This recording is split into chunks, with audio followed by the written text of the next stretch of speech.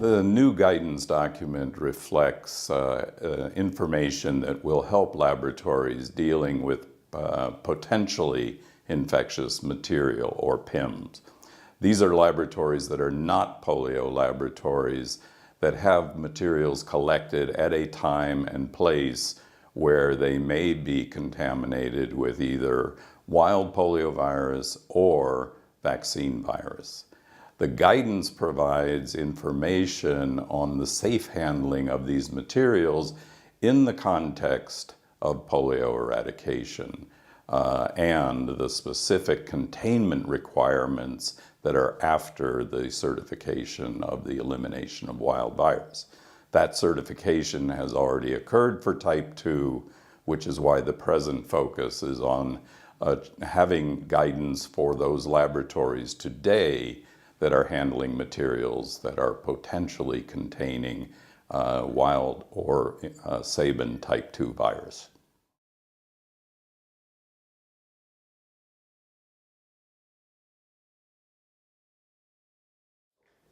So many of these facilities, of course, are not knowingly working with poliovirus, most in fact.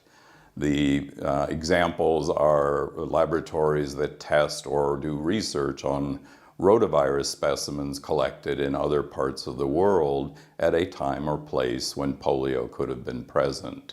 There are other respiratory samples, for example, influenza laboratories, or even sewage samples collected in areas that may have been potentially in polio-infected areas. So the guidance is trying to address laboratories that are not knowingly working with polio because they will not necessarily be aware that those specimens might contain poliovirus. So it is providing the framework in which they can safely work with these materials.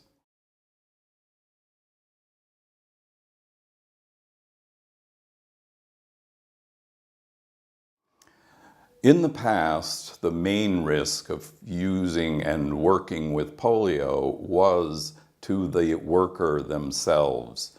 So protection of the worker was the primary concern.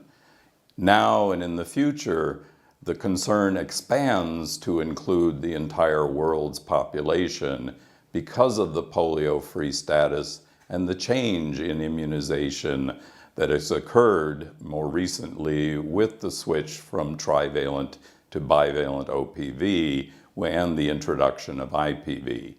So instead of the worker being the concern, it is now the global population and reflecting the polio-free status of the world going forward.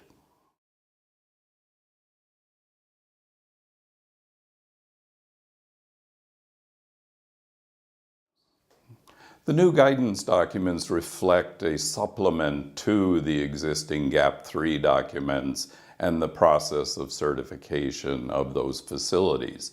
So unlike the polio essential facilities, or PEFs, that are part of the core of GAP3 and the certification scheme, the guidance is actually directed toward those non-PEF laboratories.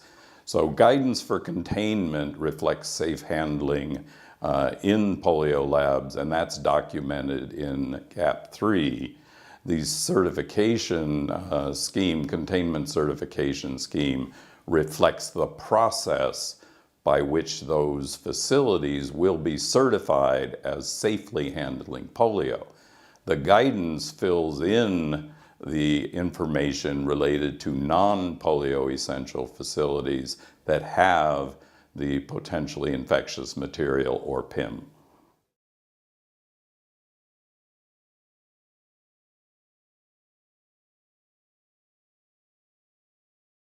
All of these guidance tools are available on the polio eradication website at www.polioeradication.org. That website You can look at the materials that are related to both GAP3, the containment certification scheme, the guidance for the PIM laboratories, and forms related to application for getting certification as a polio essential facility. And any updates will also be posted there.